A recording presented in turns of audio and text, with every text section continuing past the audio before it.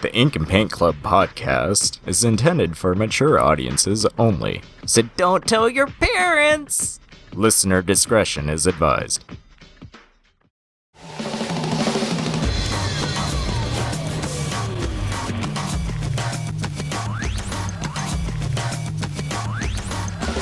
You're listening to the Ink and Paint Club podcast, your weekly home for animation reviews and discussions.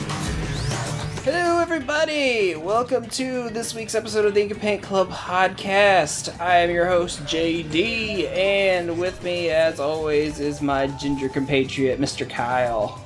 That's me. It sure is. And hey, my beautiful wife, Melanie's back again. Hi guys! Hello! Hello! Yay! I'm here, I'm beautiful. And holy shit, he's been gone for so long, but Nolan's here. Hi, I'm back. And funny, I'm back on the Ink and Paint Club podcast when the show we're talking about ran out of ink and paint. Fascinating how that works. And I have I have words about that particular aspect. Anyway, so this week we are talking about one of the most beloved, classic, whatever word you want to use, animes of all time, Neon Genesis Evangelion or Jellion, however you want to pronounce it. It's Evangelion, I don't sir. know. We watched We watched a video earlier. I've heard people say Jillian. And I was like, that sounds stupid. ooh. Even Robin Williams knew. Come on now. He sure did. I think Robin Williams said that as a joke to either piss people off, or he literally didn't know how it was I pronounced forgot either he way. liked that show, yeah. He really He liked did. It was like a... What was that? What movie was that where he was like, he had like the actual toy? 1 hour 1 hour photo. Yeah. That's right.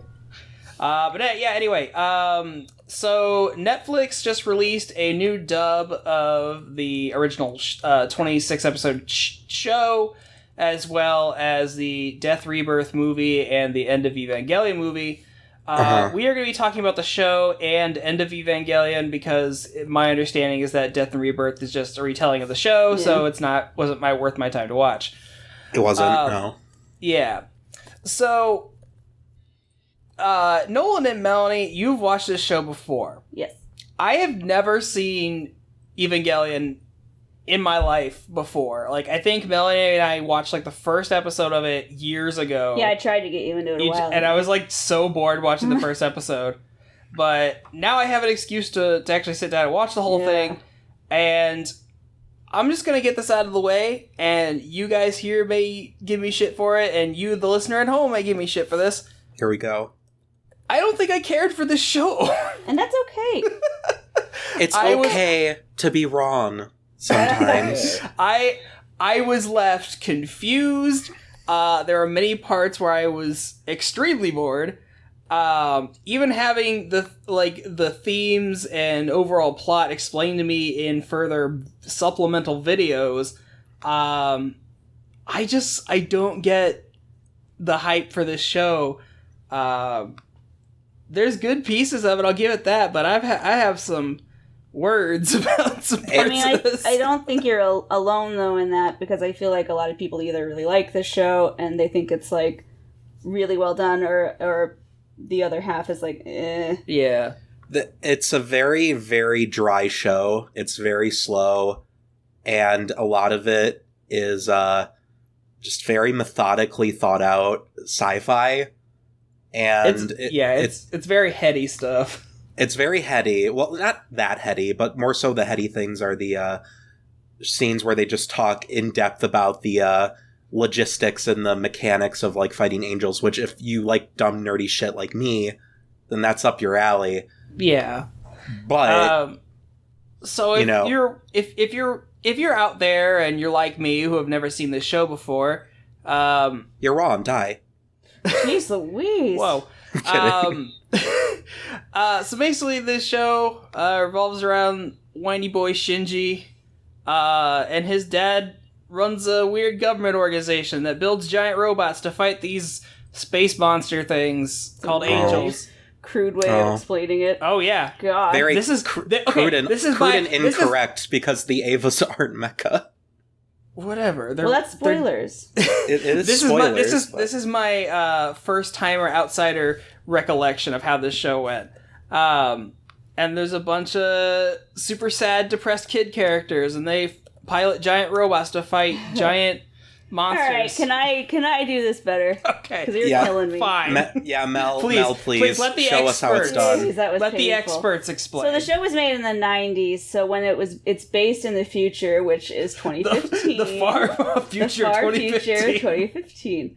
Yeah. And the show is introduced by the main character, Shinji, basically coming into like a war zone. Sirens are going off, evacuations, there's no one around, which in my opinion is kind of a great way to set the show up for its overall theme of like loneliness, when he literally enters this world and there's nobody around.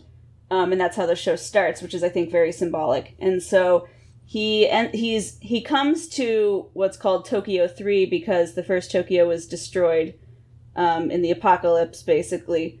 And so he's there, and he's basically came there to see his dad, and he hasn't seen his dad in years, and he's got some father issues. Spoiler alert, Gendo's a dickbag. And Gendo, his dad, is a real anime trope for asshole dads. Like notoriously so. He's proto-asshole dad. So he goes and meets his dad, and his dad literally right away is like, I need you to get into this giant robot and pilot it. And he's like, what the fuck? Get in the robot, Shinji. And he's like, is that all you wanted from me? And dad was like, yeah, if you don't want to be here, then please leave. And so Shinji ends up fighting the robot, and he fucking sucks at it, because I think anybody would. They've never done it before. And I think, like, another thing is people are like, he's so annoying. Because, like, we're used to, like, protagonists like Power Rangers and kicking ass, and, like, you get in a robot and it's like, yeah! But Shinji's literally, like, a realistic human being who's like, oh my god! I also, if I may interject, on my rewatch, I found Shinji far more, like, endearing as a protagonist I agree, now that I'm older. Yeah. Yeah. Not even just the more realistic aspect to him, like... He can be fucking snarky when he feels like it. Yeah, when he wants to be. Yeah, and he also, like, people say, oh, get in the robot. He always gets in the fucking thing. He never does Except not. for, like, the three... he's pieced out a couple times. Yeah, the 3 or 4 times, like, I'm never doing this again. And then he comes back 5 minutes later. There's two times he chooses not to pilot Ava in the show, and then end of Ava is a different story. But, I guess spoilers for oh yeah, there's home. total spoilers, guys. So Yeah, we're gonna spoil the shit out of this show. That's like 25 years old. Show. Yeah, the first time Shinji chooses not to pilot is in episode 4, when he decides to just straight up fucking leave after like the first 2 fights, and he's just like, I can't fucking do this. Like, people like just hate me for it, and like I don't get any praise or anything, which is like, you know, of course, if you're a teenager and you're doing this like life-threatening thing, you'd want people to like tell you you're doing a good job, and nobody seems to really give a shit, seemingly. I'm not saying they don't, but seemingly to Shinji. The whole show is like Shinji's trying to find like his purpose in life, like a meaning for people to like him, like a reason for him to be there. Yeah, he just really wants to He wants Daddy to hug him. I mean, he wants something. He's very lonely. He doesn't have a mom. His dad abandoned him. And he came to this new place. And I think he's just lonely. He's a sad kid. He doesn't have any self-worth or confidence. Yeah. And None. so getting into this robot makes people praise him. Like, oh, really good work. You're doing great. Da, da, da. So he's like, well, okay, well, if I do this, then people like me. So... yeah, but it's really scary because he has to fight these humongous monsters, and in the show they call them angels, which growing up a good Catholic girl, I was always confused as to why they called them that. But anyway. And then you learned. Yeah. So he fights these angels and kills them, and the show kind of starts off as like a monster a week kind of thing, is a term I've heard. It totally is. It stays that way, but like it starts off like it's like any other mecha show, really, but it's more so like the way it treats its characters and its setting is way more grounded in like a reality of sorts, where there's logistics to everything. Like, they talk about budgeting a lot like to a ridiculous degree. They do. Needing we to don't have the approve budget for this. the budget. Cutting our funding. Yeah. So it's just kind of interesting. But I think what really sets this show apart, in my opinion, why I like it, because I'm not really into sci-fi, I'm not into mech, I'm not into that stuff. But for me, what really makes me like the show is just the development of the characters. I think is flawless. You really get to know these characters, and you really get to empathize with them as these fictional things, and they're not even real. But you see their ups and you see their downs, and then you learn their backstories. You see how they interact with each other, and I just love it. I think the character development is fantastic. Yeah, I think a lot of the appeal of the show is how it's very unconventional, and how if you compared it to a lot of other shows at the time, Ava did a lot of things very differently, and some people say it's a deconstruction, some aren't, and I'm not really qualified enough to really get into that, but I don't really know anything about that. But I just feel like a lot of its appeal is in how much it changed, and how, like, for the landscape of anime. Mm-hmm. I know for a fact that people who watch it now will probably find it more antiquated than some, because it changed anime so much that a lot of other shows that came out and did similar things, better and worse in some instances, like Ray basically spawned an entire trope of characters. So now I was doing research before this recording and reading about how she's considered the most iconic quote unquote waifu. No, definitely. Yeah. She it's funny because Hideaki Anno, when he made Rei, I think his intent was to like make a character that like people would be creeped out by, like basically subverting like the conventions of certain tropes, you know? Mm-hmm.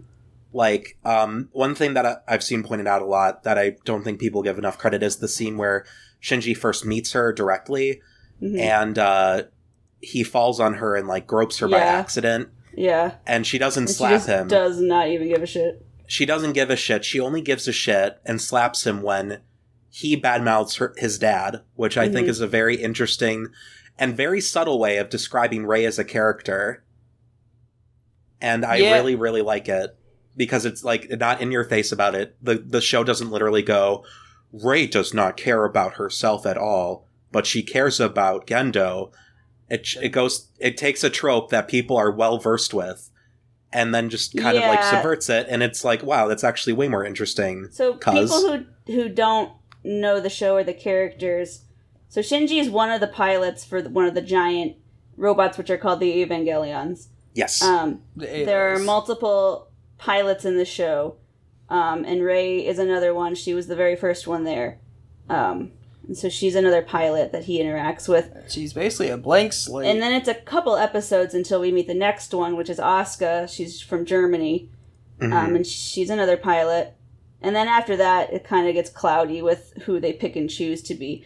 But I think the overall theme is they have to be 14 and they have to not have moms, is their requirements to be a pilot. They have to have mommies who are dead. Mommies. Dead moms. So, mommy complexes. Which is interesting, as you find out. Shinji is the best Disney princess. Yeah, dude.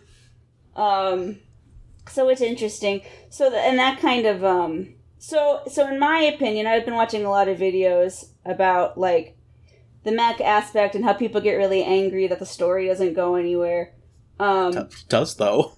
And like I don't really care about that because I'm so invested in like the characters, and the overall theme of like the show tackles a lot of really serious issues. It tackles like abuse, it tackles like sex, drugs, and alcohol. It tackles suicide, and just this overall parent-children relations and stuff like that. Yeah. So it really tackles these intense issues that make you like think about the psychological impact it would have on a person. And so Asuka is my favorite. I love her. I think her story is really interesting. I think her character design is wonderful. If honestly, I understand why Asuka is the way she is, but I do not like Asuka as a character. I don't really know if you're supposed to like her. I honestly, if you watched the ADV dub, I think you would outright fucking despise her, because they really improved the script with Asuka a lot. She went from, really fucking mean and abrasive to, playful and sassy. I don't know. I feel like a lot of things became really abrasive. She has her abrasive moments, but, when she first starts out in the show, she's a lot less abrasive, and as time moves on and, she starts degrading as a character, she starts getting more abrasive and has a fucking attitude. But in the beginning, she used to be, she used to call Shinji an idiot, constantly in the ADV dub, and now it's, very rare, and instead she says dummy a lot, which I think is a lot more playful. It's her joking around, and then she uses idiot when she actually, I thought she says idiot a lot. And yeah, in the ADV one, she constantly says idiot, but here they've switched between dummy and idiot. And I think it's because she uses dummy in a more playful way, and then idiot when she's, outright angry or, abrasive. Because they do use it very deliberately in certain parts. In the first couple episodes, she only calls Shinji a dummy for the most part, which is a lot more playful and less abrasive, and then idiot when she's, being spiteful. Yeah. At least that's my take. That's my hot take. I think that makes sense. So why didn't you care for the show, hon? Well, okay, so I was talking... shut up, Kyle. So I was talking to a friend earlier about, my general impressions after finishing this show. And I think probably the biggest part of it is just, it's not a show it's not the kind of show that I'm used to, I suppose. Because this one does delve into a lot of really heavy philosophical, psychological themes. And, when I watch anime, I watch stuff where people scream a lot, shoot lasers, and blow shit up. You watch stuff where people collect monsters. I sure do. Ava's the farthest thing from that, for the most part. Exactly. So Eva's not really in my general wheelhouse of stuff. But there's just I'm not opposed to the themes, and I think the fight choreography was very well done. I think all the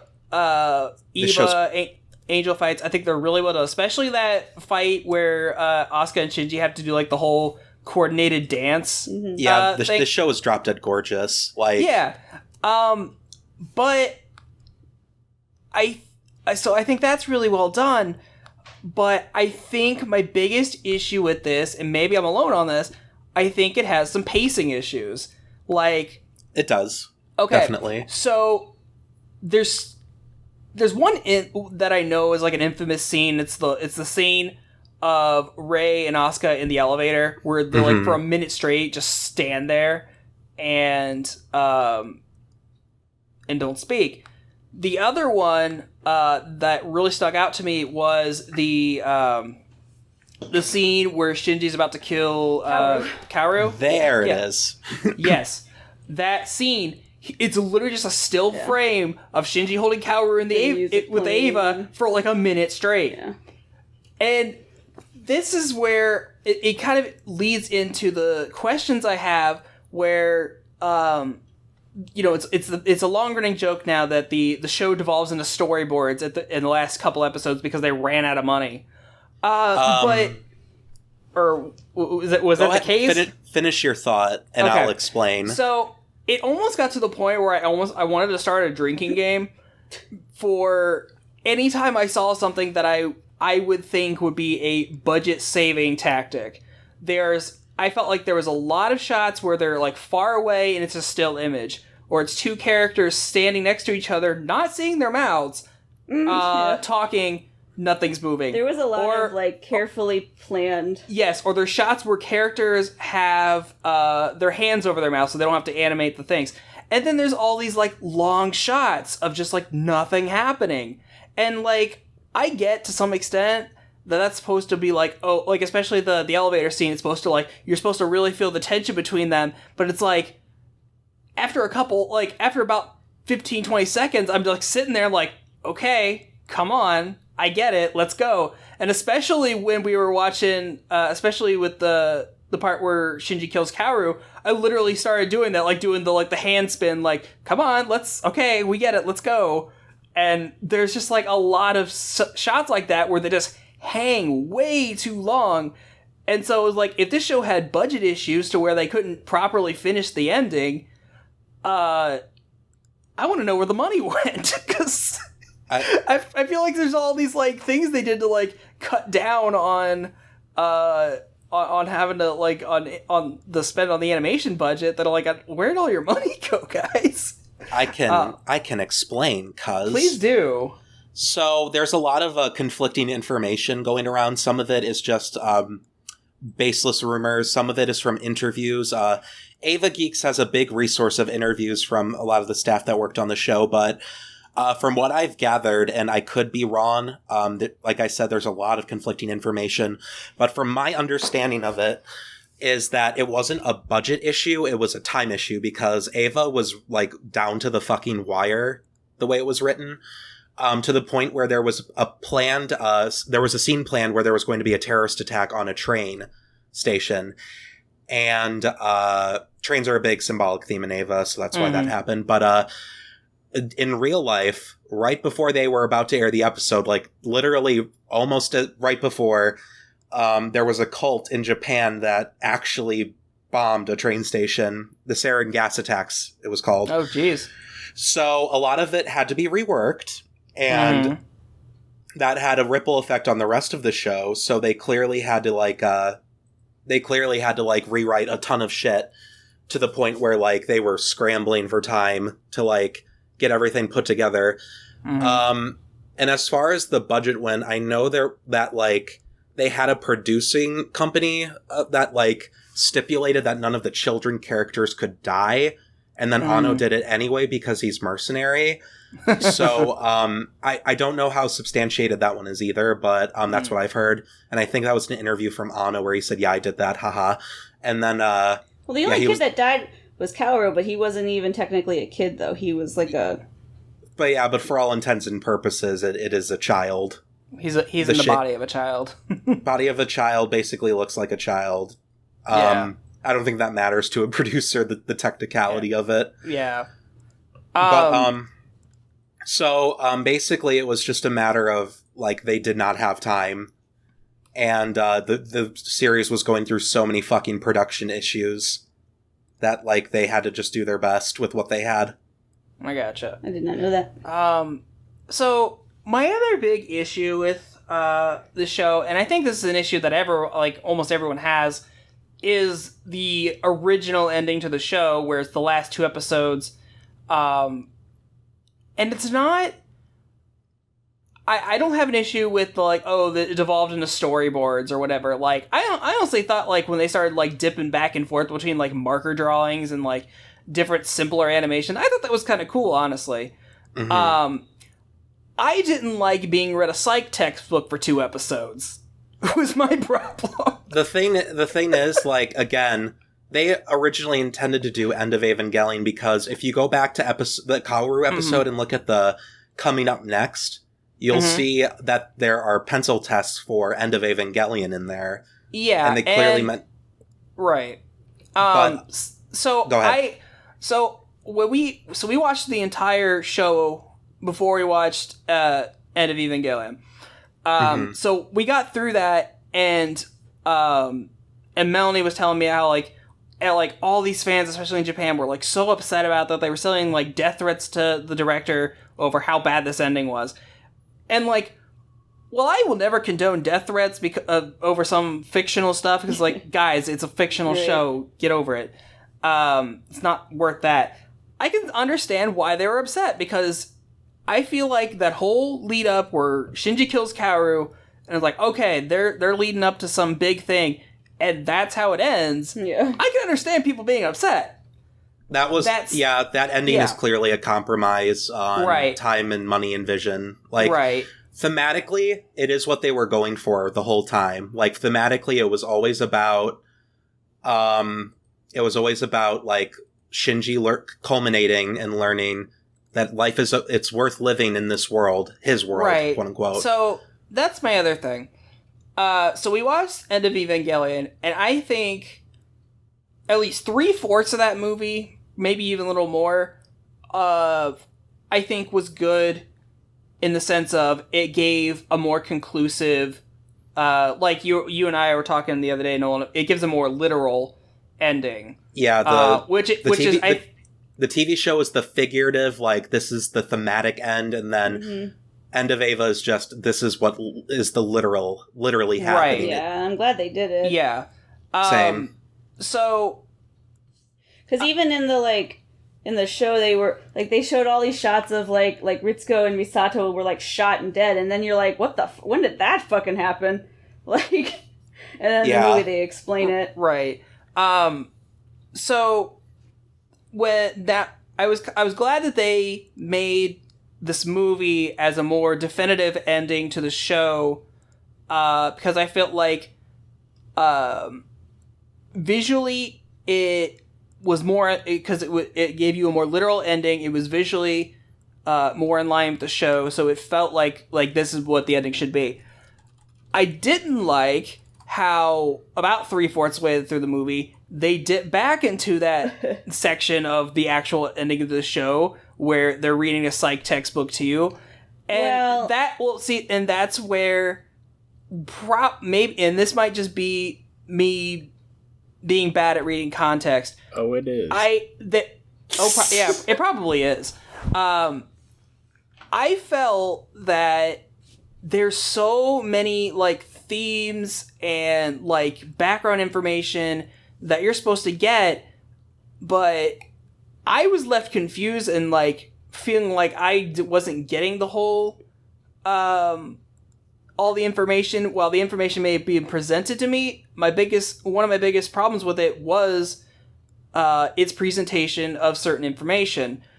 Now, I can get that, like, this whole, we have to talk Shinji through his revelation that life's worth living and all that stuff, but I felt like the way they presented it, where it's like this just long string of like asking questions and like throwing out these philosophical, just like all of a sudden in an interview. Yeah, exactly. The whole interview thing.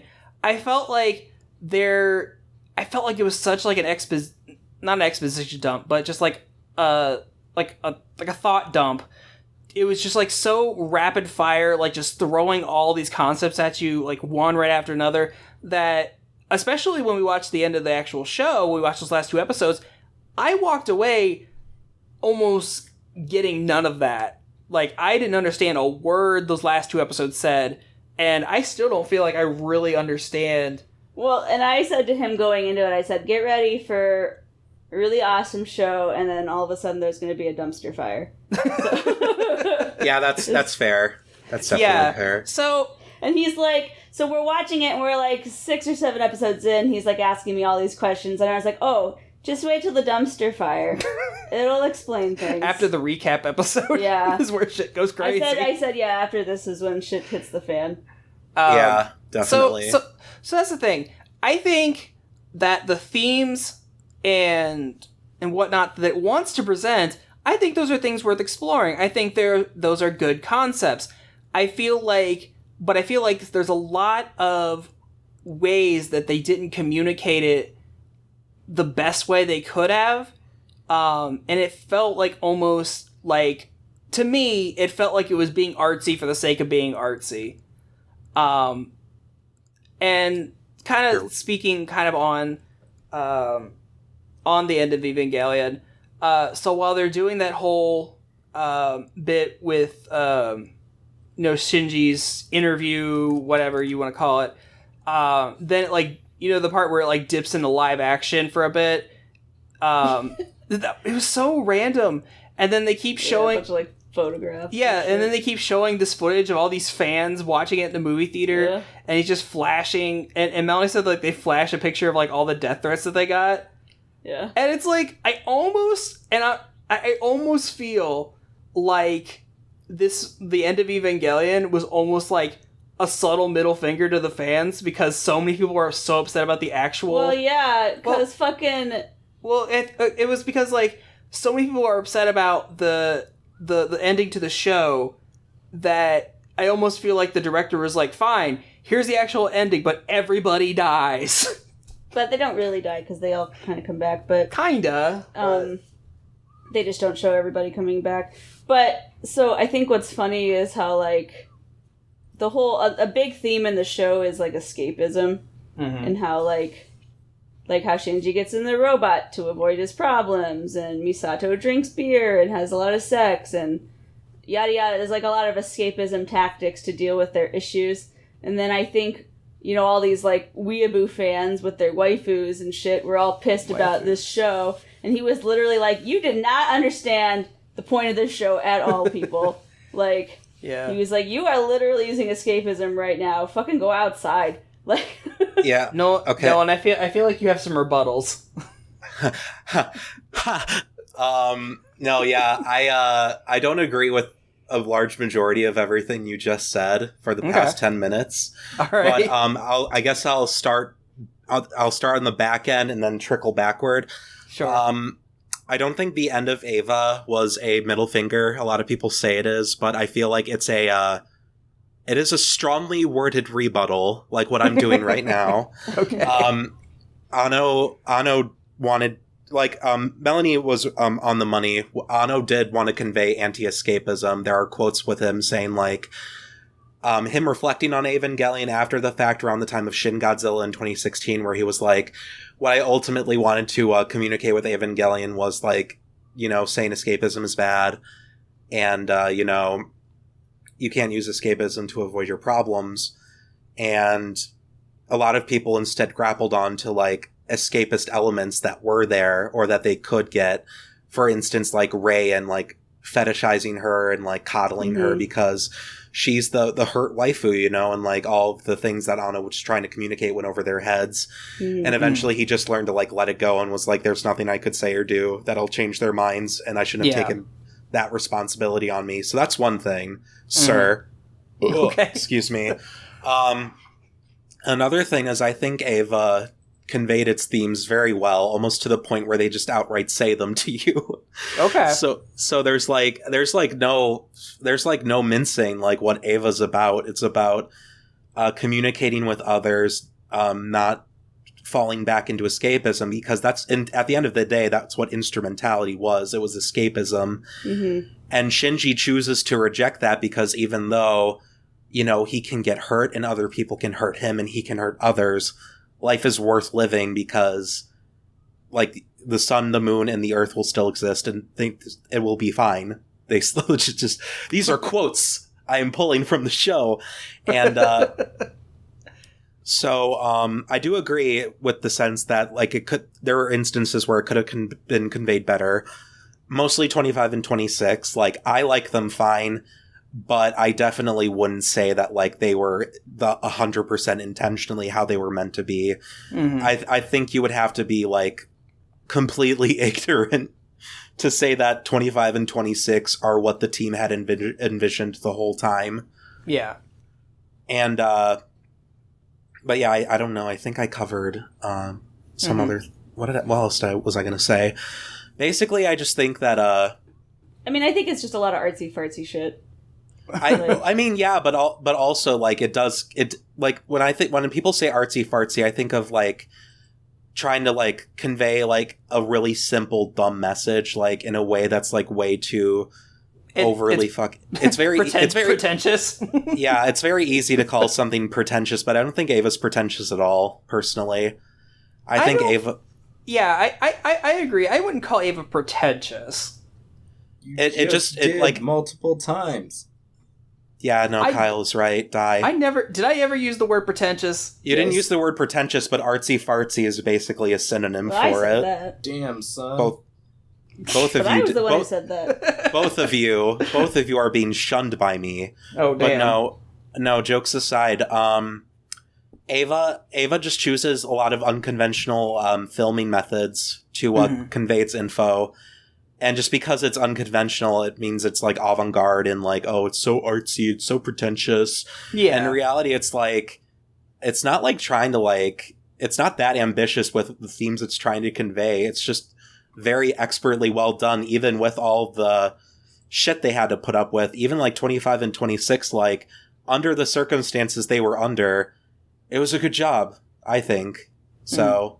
Maybe it wasn't good in itself, but a lot of Ava, I think, is the meta and like trying to piece it together and like understand it, because that's ultimately what Anno wants, is for people to try and understand his work without having to spell it out to people through external means.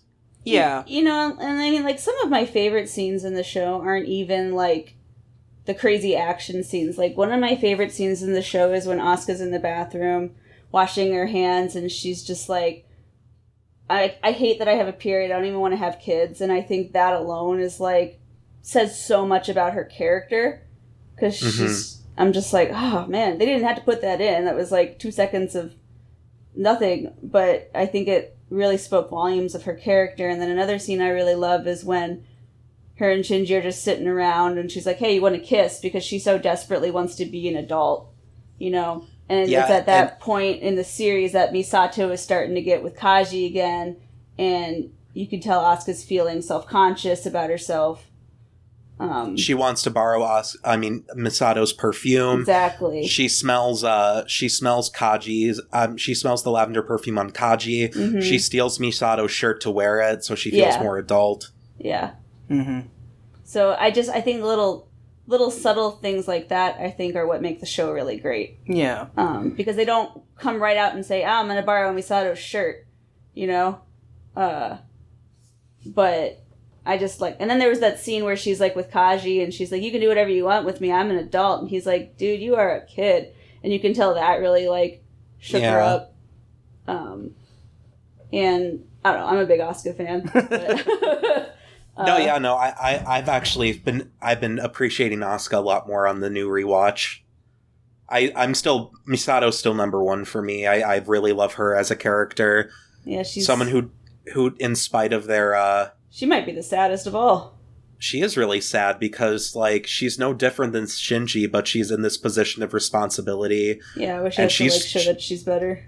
Yeah, and she's struggling, and like she even like talks to Kaji about this in the show. Yeah, where she's like so drunk.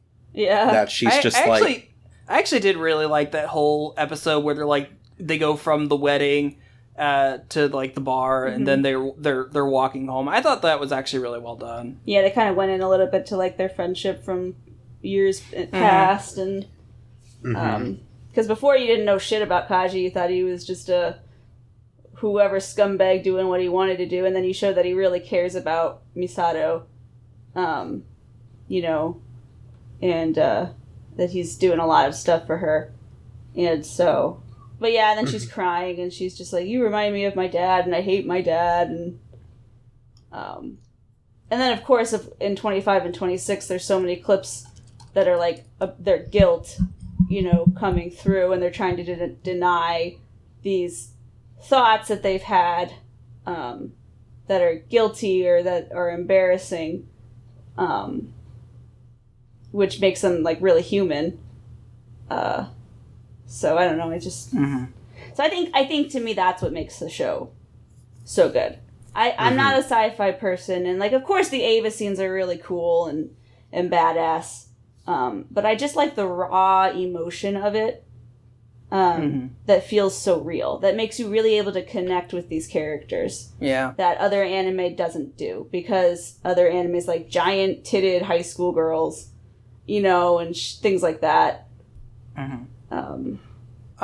Well, so I may not be this show's biggest fan like you guys are.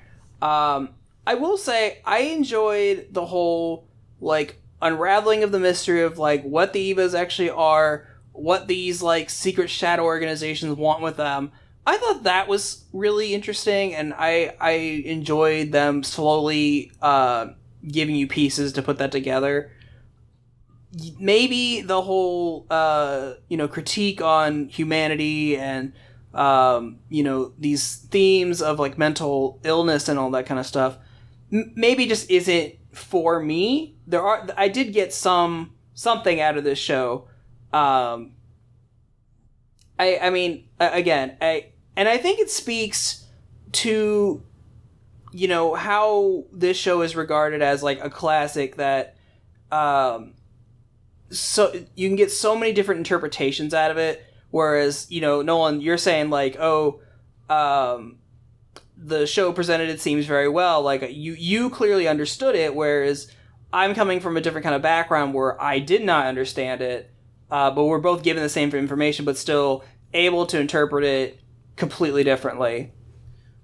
That's the thing though, like Ava's a show you have to kind of watch a couple times because there's so much fucking information. Yeah, I'll say like this was probably like my third or fourth time rewatching it. And each time you pick up on so much more. Yeah, like and also now that there's a HD remaster, like you can see certain things that you originally couldn't, like Rey, like when she first meets Asuka, is reading Germanic text, which I think is really funny. Aww. There was something specific about the Germanic text that like related to her character super well, but like nobody's gonna fucking pick that up unless they speak German and also just happen to watch the HD upscale of the show. So yeah, there's also lots of actual coding they use during the episode where they're like working on the Magi. Mm-hmm. And I'm just like, damn, y'all didn't have to do this. Like, there's just so much fucking, like, information and details you can pick up on. The knowledge on the vast different religions that are used between Judaism and Catholicism or Christianity. But that's all just to look cool. That's actually, like, they've said, we didn't really know much about, like, God and shit, but, like, crosses were cool. Well, there was a lot of religious symbolism. There is. Yeah. So I kind of wanted to ask, since you, Nolan and Melanie, have seen the old dub, if someone wanted to, if someone was like me and has never seen Evangelion before, do you think that this new dub that Netflix did is better than the old one, and would you recommend it over it? Yes, I think the new dub is superior to the old dub. A lot of people seem to really hate the new one. I think for unjust reasons, but Melanie, I'll let you get your word in before I go ham, because I have a lot to say. I like both, honestly. I don't think one is better than the other. I think people maybe are upset because people love what they know and what they grew up with, Mm-hmm. And I think the original voice cast is incredible. I think the guy who plays Shinji is incredible. But, when it was done, you have to remember the time it was dubbed. And the technology has gotten so much better. And then, so we were rewatching this one, and I didn't go in thinking I'd like it. Because I was like, oh, they can't beat the original. And I actually really liked it. I liked the person who played Shinji did great. I loved the person who did Asuka. I agree with you. She's like a straight up bitch in the original, and she does come off more playful now. I liked that a lot. I hated some of, like I kept saying, I hated how they kept saying, hey, you're the fourth children, aren't you? And I'm the third children. Why don't you just say I'm the third child? Like, that drove me nuts because, like, languages are different for a reason, and like things that make sense in an original language doesn't make sense when you translate it to English. So maybe if it did directly translate to saying you're the second children, that doesn't fucking make sense in English. Just fucking say second child. Like, okay, that is what we understand. But I can explain why it's like that too, because my friend Michael, aka Goat Jesus, please go watch his videos. He makes a lot of good Evangelion content.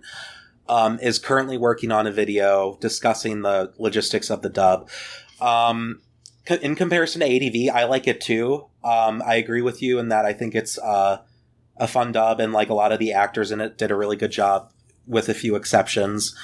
I like Shinji. I think Spike Spencer's voice is iconic, but I don't think it's I don't think it fits Shinji as well as the new one does. I like Spike Spencer a lot, but with him, like when I think of Shinji, like when I think of his performance of Shinji, I think of it as more of like iconic, I guess, if that makes any sense. Does that make sense? Okay. Yeah. But with this new dub, they've retranslated it, and because the old translation had a lot of, it had a fair bit of errors. Like dubs had tended to do back in the day. Yeah, no, but also there was a lot of liberties taken. Like in End of Eva, there's one moment specifically when Misato is shooting a bunch of Seele operatives who are trying to kill Shinji, and the one she shoots point blank range. In the original, in the ADV dub, they add like this goopy like sound effect that like sounds like it's a very stock like goop sound effect. If you'll have heard it, it goes like, you know, Yeah. it sounds like really cartoony and goopy, and it takes all the tension out of the scene. And on top of that, they didn't translate the End of Eva very well either, because there was when Shinji is in instrumentality and he's coming to his realization, they word it in such a way where it makes it sound like he only wants to come back because then others will suffer. So it makes Shinji sound like he's like, you know, a fucking sociopath, when in reality, the original intent is that even though others will come back, he's fine. Like, even though people can hurt each other, it will be fine because, you know, it's going to be okay. But in the ADV dub, that context is sort of muddled a bit, and that's led to 2 decades of fans wanking at each other to see who can come the hardest at each other and prove which point is more accurate. But yeah. And in this new dub, it's a lot more literal. I think for the better, because Ava's a very, very difficult anime to translate, because it has a lot of Japanese like wordplay and phrases. Like, for example, the very last word, kimochi warui, is literally untranslatable in English. It's like a phrase in Japan that basically just means I feel sick to an extent, but not even that. It's like a very specific way of feeling sick. And when you have to translate it, like, and dub it, especially, like, how do you convey that same information? Right. I know that's been a big controversial subject for a long time with the Evangelion series, is that last word that Asuka says, and what does she mean by that? And there's been, like, a lot of discussions on that, and if she means it towards Shinji, does she mean it toward herself? Does she mean it towards the world? Like, so I know that's been... I have my theories on it, but I'll finish really quick on this one. Huh? I was going to say, that could be a whole nother fucking episode. Yeah, no, definitely. I love talking about Ava, but I have a quick question. Yes. And this is something I just kind of have, and this is... So, as watching the show, you know, the Rei that we see throughout the show, you know, develops, you know, emotions for Shinji. Not really, I would say, romantic, but she cares about him. And then she dies. And then the new Rei clone comes out. And she doesn't remember shit. She's just like, oh, okay, well, I guess I cared about you or whatever. But she's just like, whatever. And then, all of a sudden, the only thing she's ever known is that she has to help Gendo do shit. And then, out of nowhere, she's like, no, I'm not going to help you. Shinji's calling me. I'm going to go help him. I feel like, why does she do that? I feel like that's out of character for her. Because as a new clone, she has absolutely no emotional attachments to Shinji anymore at this point. She doesn't know him. He's a stranger. So why does she become a giant god for him? She experiences a continuity of emotions, and it starts coming back to her because I think her soul was rejected by Goth. So she, like, her soul was left wandering, and eventually, like, she started remembering, I think. I haven't rewatched that episode yet. I was very close to finishing the series today, but I had to leave for fucking work, and I'm bad at managing my time. It's okay. Regardless, well, I did really want to finish it, though, because I really like Ava. But, so, she also rejects Gendo in favor of Shinji because, one, she initially thought Gendo liked her. She thought Gendo, like, cared for her because he, like, you know, asked her questions and stuff and was, like, very surface level, like, interested in her, you know? Like, I'm not explaining it very well, but basically Gendo was just, like, feigned caring for her. And that's why she kept his glasses from the failed experiment. I feel like a lot of the relationships the characters have are kind of floppy in the show. And what I mean by that is, like, you see how Gendo really cares about Rey, that he opens a burning hatch for her. And he's like, oh my god, Rey! And they see, you know, these talks to her and shit. And then, later on, you see how he's just willingly, he'll just kill these kids, you know, willingly. And... That's the idea, is that he doesn't care about Rey. He only cares about her as a means to an end, and that's the point. Like, so why did he open up the hatch when it was burning to save her so desperately when he doesn't actually give a shit? Well, he gives a shit about as much as what Rey can do for him. That's the point. I think Melanie. I think, and correct me if I'm wrong, dear. I think what she's meaning is that, like, Gendo's got an entire fish tank full of these guys. Why wouldn't she just let that Rey die? Yeah, why does he give a shit about that specific Rey? Because then later on, when she comes close to death, he's like, whatever. Why did he so specifically run down there and open the hatch for her? And everyone makes a big deal about it in the show. Oh, we got burn marks for her, and he carried... Like, I just don't understand. I don't feel like it's consistent. And then what I was saying to JD before, I was like... Before Misato was like, oh, you know, I guess these kids are gonna die for us if they have to die. And there's a whole episode where she's like, you better write your wills. And then literally, like, immediately after that, she, like, cares so fucking much for Shinji. And when he disappears, she's like, oh my god, oh! And she's, like, crying over him. Whereas, like, literally the day before, she was like, I guess he's gonna die. Like, I just feel like... Well, she didn't... Well... With Misato, she knew that they weren't going to die, and not like she knew, but like, you know, she had confidence that they would be able to do it, and the will was just a formality by, you know, Nerve. I'm fucking saying Nerve now, Jesus Christ. Nerve. But, also with, the kids, to an extent, Gendo and Seele knew, like, what was going to happen because of the Dead Sea Scrolls, like... you know how they talk about how things are going to plan and shit? Like, it's because they have the Dead Sea Scrolls and that's what they're going off of. And they talk about deviation very rarely. Like, they usually always say, oh, it's going according to plan, except for, like, maybe a couple instances, if I remember correctly. I guess I just don't think that the character feelings are consistent. It just seems kind of... I don't know. It might be because, I need to rewatch and rethink it, but it could also be because of how they were writing it, you know, like, and like by Down to the Wire, they probably started changing things midway through, and so a few things from early on kind of don't make as much sense as they could, as they should. Sure. At least that's my take on it, but I need to rewatch the rest of the episodes. Mm-hmm. Well, and then in the newer movies, the, like, 2.22 or whatever, they do show, like, how Rey and Gendo have this relationship thing, and now they are really close to each other, and how he does, like, listen to her when she asks for things. So I don't know. I mean, I guess those movies are a whole different thing, but... Yeah, but also in that one, it's the same deal where Gendo cares about her very surface level. Like, when he has dinner with her, you know, it's very quiet, it's in a dark room, I think it's in his office even, like, and they just set up a table there. It's very, like, Rey just has, like, a tray with pills on it, and Gendo, like, is just eating, like, whatever, and they hardly talk unless Rey initiates it. I guess and he's very cold and curt. Yeah, the only thing I guess I'm trying to say is how it just seems inconsistent with how fucking worried he was about her originally, and then how, if he's just surface level cares about her, the lengths he went to save her, you know what I mean? What if he didn't have clones at that point? Well, he had clones of her since she was, like, a child.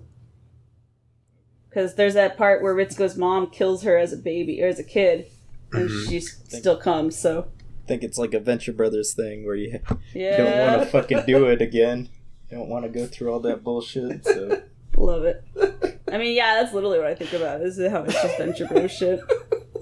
It could also be that since Rei is a clone of Yui, and since Gendo had lost Yui like a few years back to Eva Unit 1, he's sort of like projecting onto Rei in a way, because, whenever he looks at Rei, especially in 2.22, funny you mention it, when Rei asks if he comes to dinner, he says no at first because he doesn't have time, and then it like crossfades into Yui, and then he's like, "Oh, okay, fine." Yeah. So it could have just been him projecting onto Yui. I totally think he projects. Yeah, that's probably truth. Yeah, because like, I mean, especially in End of Ava when he's groping her to merge with Lilith, like, yeah, that was weird. Well, I mean, it's very telling of how he views Rei, because there's a certain scene where, and also my friend Michael pointed this out, credit where it's due, there's a shot where Ritsuko and Gendo are, like, looking at an Ava in, like, raincoats, and then once Ritsuko's out of the picture, who takes her spot? Rei. And it's very creepy, and it just shows how Gendo essentially views Rei as, like, just a way to cope with, like, what he's lost, and, like, he cares about her surface level. Like, he cares about having somebody who reminds him of his wife around and nothing else. He couldn't give less of a shit about Rei as a person. I get that. Yeah, dude just seems... he, like everyone else, has major issues. He just seems like maybe he's autistic. He just has no empathy for anything. Maybe a little bit. He's a little on the spectrum. Gendo... Are we talking about Gendo or Shinji? Gendo. Gendo does have a lot of sympathy. The thing is, he's like Shinji. He runs away from it. Like, in the End of Ava, he says that, like, he knew he was causing pain to Shinji. He just couldn't fucking deal with it. So he, like, acted cold and, like, aloof just because he couldn't handle what he was doing to his son. And how in the end he knew he never deserved to be loved. And I think that's, like, super fucking tragic. I gotta say, though, after you, like, watching the whole show of him being a humongous dick when he says that, I'm literally like, wah, wah. Like, I don't know. I don't care about him. But then you, like, rewatch and see his actions in, like, a different context, and you're like, oh, so that's why he did it, and that's why he's like this. He's still being a dick, I think. He's still a dick. Yeah, he's still a dick. Like, you don't have to, like, he's not redeemed in any way. It's just like, it's a new context where, like, oh, I understand why he's like this now. He's such a fucking dick that he has to clone a 14-year-old girl over and over again and leave her to fucking rot in this disgusting apartment just so that he can grope her later. And a like, fish tank. I don't care about him.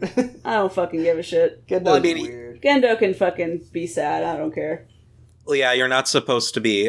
You're not supposed to be like, oh, wooby Gendo. It's just like you're supposed to. Fucking Yui, I'm pissed off with, because even she just, like, straight up abandons her kid. Pieces out because, like, I want to become part of a giant robot monster so I can live forever. Yeah, I'm just like, what the fuck? With Yui, even though she is kind of fucked up, like, her actions are arguably more altruistic than Gendo's are, because she wants humanity to, like, have something. She wants eternal proof mankind existed. She wants, like, to leave a better world for Shinji, and whether or not she was successful, you know.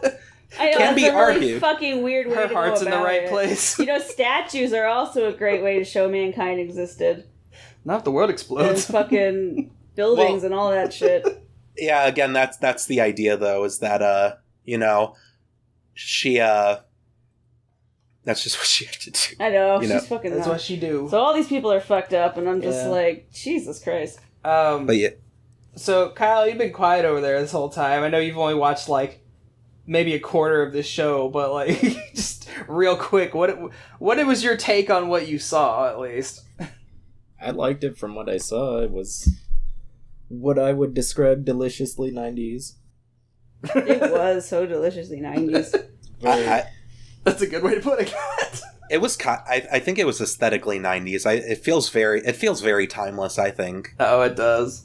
It feels timeless. I fucking love how they're like the distant future of 2015, and obviously they couldn't. That was such a far off year for them. Honestly, and they couldn't tell the future and know what kind of technologies we'd have. But even, like, the phones and shit in the show, you're just like, it's still like 90s technology. They have a good excuse for it, though, in universe, like, because of Second Impact, half the population is wiped out, and it halted technology. I guess that's a good point. Unlike something like Blade Runner, where it was like, 2013 or something, and we had flying cars and fortresses and shit. Right. Oh, we're supposed to have jetpacks by now. Yeah. But Kyle, do you have anything else you wanted to say? I mean, like, I like the monster designs. Yeah, the angels are sweet. I think as far as, like, robots, or however you want to classify it as, I think there's nothing, like, more iconic than the Evas. Yeah. Like, that shit is so fucking iconic. Even the colors are iconic. Yeah, really that shade of purple and green. Yeah, you see that purple and green together, and you're like, well... Know what that is. Yep. Yeah, and it's cool to me that something 20, 30 years old, it's still seen with really high regard to the point where, like Universal Studios in Japan is doing shit with it and stuff like that. Yeah, they have an Eva 4D ride. Yeah, it's like... I really appreciate what it was, what it's done so much. Yeah. And we always joke about, like, we watch so many modern day cartoons. We were watching Craig of the Creek, and there's, like, a scene where these characters have, like, the Evangelion poster in the background. It's just fucking funny. I don't know. It's so, like, seeped into at least, like, nerd culture knowledge that, like, you can make these kind of just, like, random jokes and, like, slight allusions to it, and they're like, yeah, I get that. Yeah, like, not only that, but it's also a hotly contested show to this day, where people are still discussing and analyzing it and picking up on shit, and I think that's the testament to, like, a really good piece of fiction. Mm-hmm. Yeah. Very, very titillating. Mm-hmm. It makes my nipples Titties. perk. Gross. Titties. You're just jealous. You're just jealous that my nipples are perked. My nipples don't perk, and then Melanie gets mad about it. I'll never be jealous of that because my nipples are constantly perked, and then it shows through my shirt, and then it's embarrassing. Wear a sports bra, Jesus. Sports bras don't help. You have to wear, like, a really thick type of bra. And just don't even get me started on my sister who breastfeeds and her crazy ass nipples. I hope she never listens to this. Well, of course her nipples are going to be fucking perky because she's feeding a baby. Jesus. She literally has to wear, like, titanium bras to avoid nipples poking through her shirt. This took a weird turn. Yeah. This is hysterical. Well, I mean, there's lots of breastfeeding moments in Evangelion, so, you know, they straight up showed baby Shinji sucking a nipple. That was a lot. That was, like, one quick They show it. They showed it like sketch a couple times. It was... Yeah, no, Ava's a very Freudian show. Like, it totally is. A lot of its psychology is... weird. Well, a lot of its psychology is based in Freud. Yeah, and, like, we were watching this, like, analysis video earlier, and they were even saying, like, there's a lot of Freudian terms that are just, like, used to explain things. Thrown everywhere, and even the hedgehog dilemma is a psychological thing, and... I love the hedgehog's dilemma. I'm just like, fuck, man. Me too. Me too. I do want to give credit, like, they dropped that as such, like, a weird, like, casual conversation. And it doesn't real feel early in the like show, and that like becomes like the overarching theme of the show. Well, they even named the episode that. I don't think it was that subtle. Well, no, it almost feels like this is gonna be kind of like a small thing, hedgehogs can't huddle too close for warmth because they're prickly, and so they have to push each other away, keep each other at a distance. But I think it's like because the Misato and the doctor lady had that conversation about it, like in regards to Shinji. But then that kind of becomes like the overarching theme of the show. I just thought it was interesting. Yeah, like all the characters do that. Exactly. So it's like they have this one little conversation in one episode early on regarding to one character, and it down the line relates to pretty much everybody and the whole theme of the show. So another quick question. Yes. When he's strangling Asuka in the end of that movie. Is he doing that so that he can kill her so she can be reborn with all the other souls? Or... No, that's a very hotly contested thing. It ultimately comes down to your own personal interpretation, I think, but I can definitely answer yours. That is the real world they're in. It's not instrumentality. Like, that's the epicenter of nerve, basically, I think. So they're in the real world. My own interpretation is that basically that whole end scene is just a thesis statement for the show, you know, like, and also just a hint at where these characters might go. Shinji strangles Asuka because I feel like, in my own personal interpretation, all that anger and frustration and rage he felt, like, he's projecting it onto her. And Even instead of... He came to peace, though, with it, which is why he chose to end the instrumentality. Yeah, but even when you understand and come to peace with certain things, it doesn't mean, you know, you're completely fine. You know? Like, sometimes you relapse, or, like, there are certain things that you just like, you know... Like, you understand it, but, like, still can't fully handle it. Yeah, so Shinji strangling Asuka, I think, is him, like, slipping back into, like, you know, his old ways. And Asuka... go on. You say that they're back in the real world. Is, like, are all their souls coming back? Or are they, like, just the last two humans on Earth? Are they, like, Adam and Eve? They say that it's up to the people themselves if they want to bring their own AT fields. Yeah, if they want to come back, they have the choice, but they have to be the one to make that choice. Where the fuck did Asuka come from, even? Well, she wanted to come back. So that's how she came back, is because she had enough of a will to be her own self, which I think it works. It's in character for her. Yeah, it is. So I want to just say real quick that this whole ending, like at the end of Evangelion, where they're on the beach and the orange sea of goo, kind of reminded me of the ending of Devilman.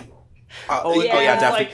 Like the fucking world is obliterated, and there's only two people left alive. Yeah, the character's all stark white, godlike character. Asuka is basically like, she's basically laying there. She might as well be like Quotey Fingers dead, even though she's not. So it kind of reminds me of the whole like ending of Devilman, right?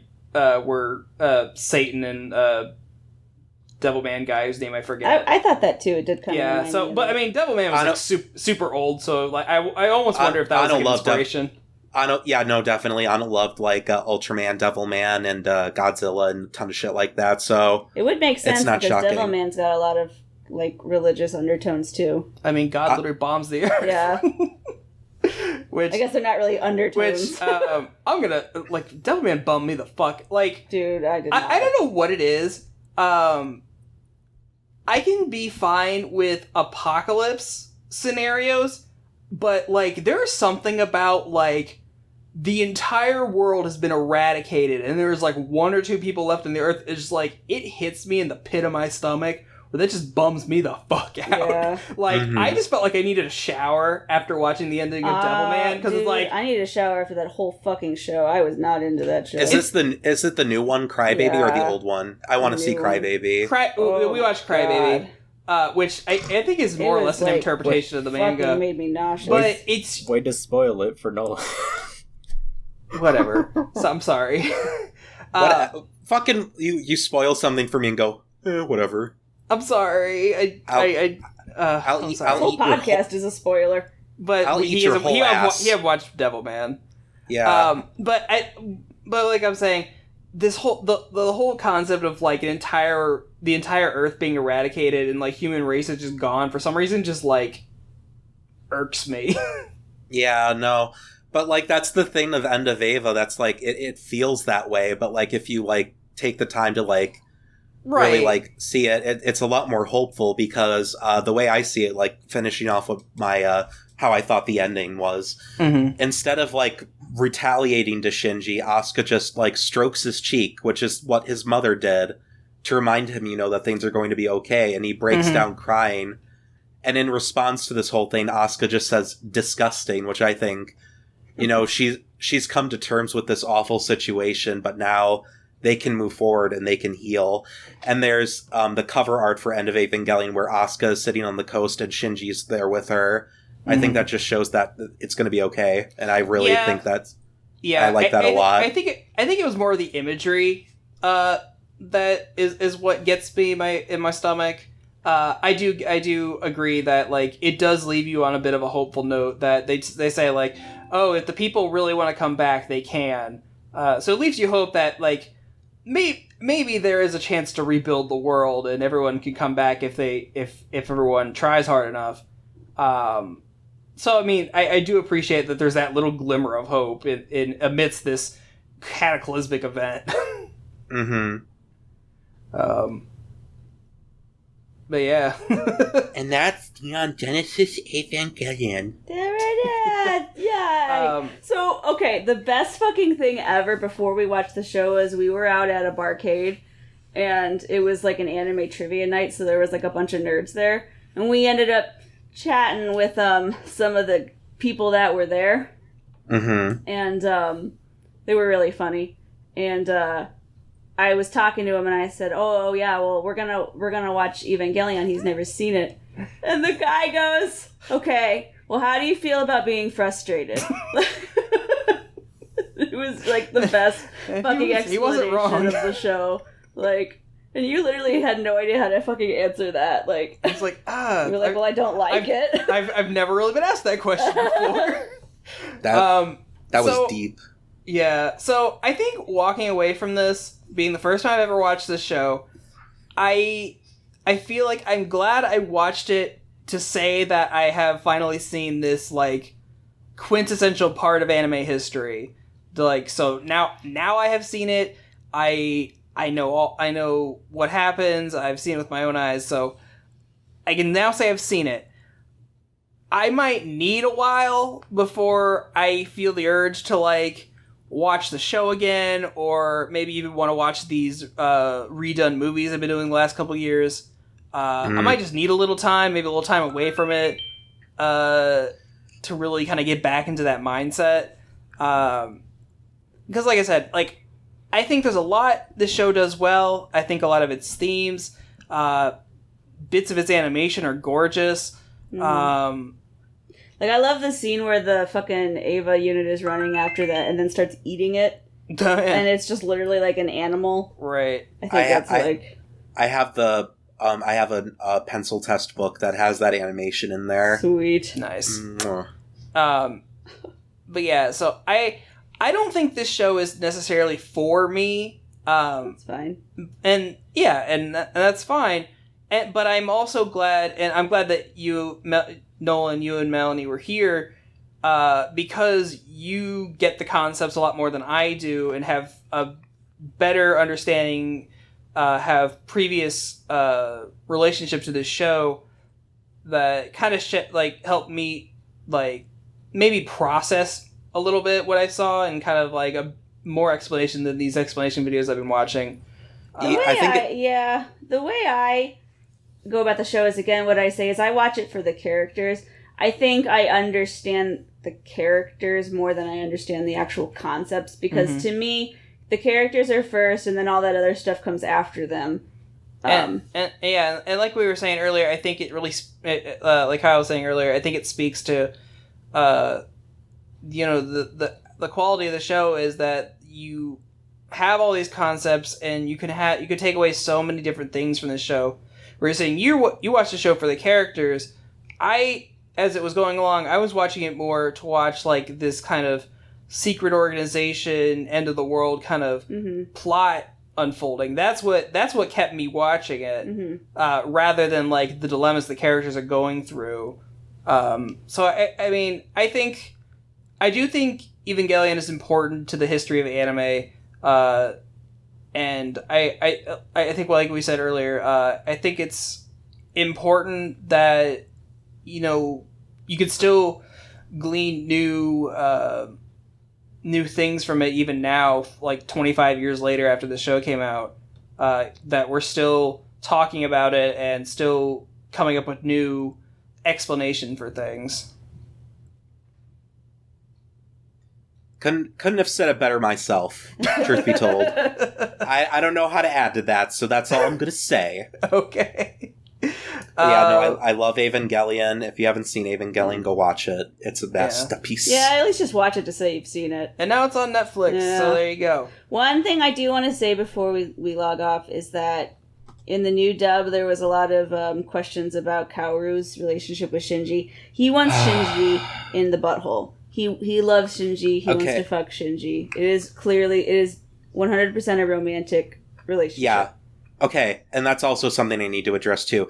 Two things that pissed people off about the new dub. One, no fly me to the moon. Get over it. Yeah. Two, Kaoru says I like you instead of I love you.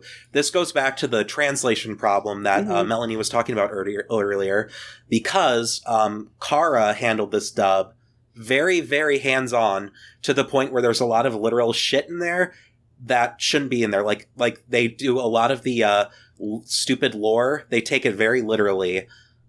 So third children, second children, that's Kara. They specifically mandated that. Thanks. Another thing is Kaworu saying I like you instead of I love you. Because in the ADV dub he says I love you, but now he says I like you. And the reason in Japanese there are 3 different ways. Yeah, that's exactly it. Yeah. There's 3 different ways in Japanese to say that you love somebody. First is daisuki, which is the most popular. You usually hear it in shoujo anime and shit, which is like I like you and I want to date you. I have feelings for you. The second one is like aishiteru, which is like I love you forever. You're my fucking babe, number 1. I can't remember what the third one is. Third one is Suki. That's not the same as daisuki? I guess it's the shortened daisuki. Different? I'm not sure. I know there's daisuki, and then aishiteru means like I love you, you're my forever. And then there's just like I like you, but it's like a very subtle I like you, you know? It's like it's like the moon sure looks beautiful tonight type deal. Which is yeah. I don't know what he says in Japanese. I don't know what he says daisuki / Suki in Japanese is the thing. Which I guess could be seen as confusing. Yeah, so he says I like you, but he obviously clearly means Shinji, I want you to fuck me. Yeah, because he's like grabs his hand. Because like in English, when you say I like you, you just mean like I get along with you, you're a cool person. Okay. Or you could say I like you. But so we watched the new dub of this, and he says you're worthy of my grace. Yeah. It's very literal. Yeah. So stupid. Fucking Japanese is such a literal language. That's why they have so many goddamn different ways to say shit, because it's a conservative thing too. Yeah. Japan is a very literal conservative country, and sure are. Obviously when you're translating something into English, you got to take some liberties, but Carr was like, no. Yeah, because you have to say it English. exactly. English, we have so many words. Was this Kara? Is that the company that? Studio Kara is run by Anno, who made Evangelion. He bought it from Gainax, and now they're doing the rebuild. So, yeah. Right, so basically, like we have a very literal translation. Well, there's like no way they can hide the romance if they do the new ones. Well, they don't. They don't hide the romance. Like, I'm just saying, if he says like "I like you," because people are arguing, well, he just likes him as a friend, and I'm like, no, dudes, no. He wants to be. Kaoru wants to fucking lick that asshole. He wants to be butt buddies. Yeah.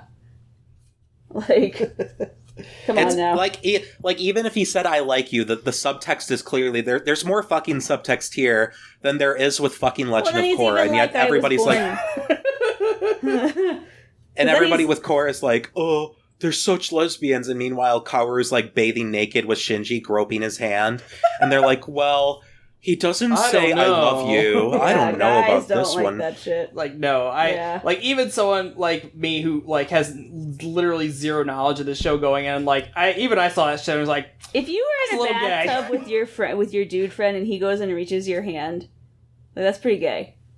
Yeah, like literally. Kyle, we're not allowed to bathe naked each other and hold each other's hand. Yeah, you can bathe naked with each other, just don't grab each other's hands. I don't want to bathe naked. Once you touch, it's homo, bro. That's homo. It's only no homo. I wasn't just really planning on it, but okay.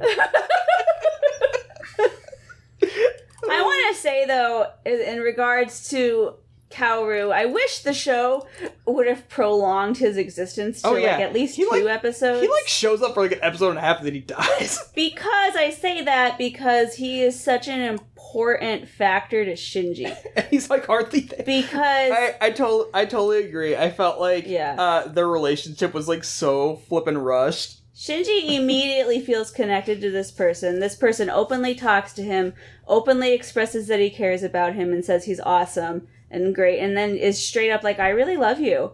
And Shinji has never in his life been treated that way. No one has ever said that they care about him. Even Misato, who clearly cares about him, has never said, I care about you.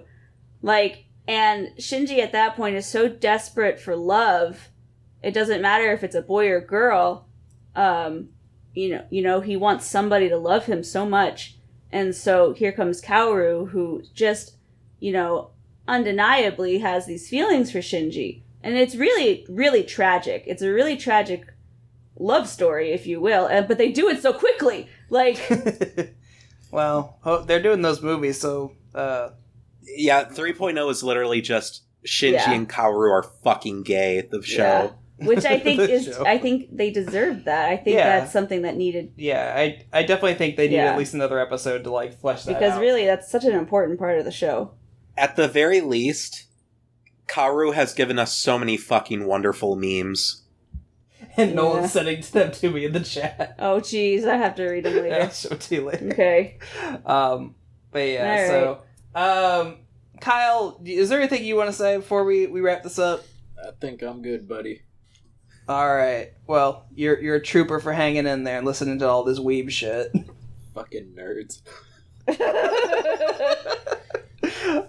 But yeah, so there you go, guys. There's our thoughts on Evangelion, mostly as a whole, on the series as a whole. This every part of it. I like we've been saying. I think there's many interpretations to this show. So if you've got an interpretation that maybe doesn't align with us, Yeah. I would love to. I'd love to hear There I'd definitely won't be, that's for sure. But yeah, I mean, I'd love to hear any theories. I think the theories are fascinating. yeah. Nolan and Melanie, I want to thank you guys a lot for being here, because Kyle and I don't know dick about this show for the most part. So it was really nice having you guys on here that, like, you guys are obviously passionate about this. You read a lot into this and really understand the concept. So I think it was really helpful having you guys here and be able to pose interesting questions and kind of explain things. So thank you both. Yeah. You're welcome. I fucking love Evangelion. It's my favorite show of all time. Kaoru is a meme lord, and I'm going to die in the end. It all returns to nothing. Thank you all. All right. I'm not that passionate about it, but I do like it, so. Yeah. All right. Well, thank you everybody for listening. Thank you all for being here with me tonight, and we will catch you all again next week for something maybe a little less depressing. Probably breastfeedings. Breastfeeding time. Breastfeeding. All right. See you guys. Bye. Bye. Thanks for listening to the Ink and Paint Club podcast. Be sure to follow us on Facebook and Twitter to keep up with the show. Join our Discord to chat with us, and subscribe to our Patreon for some cool bonuses. Links are in the description. We'll see you next time.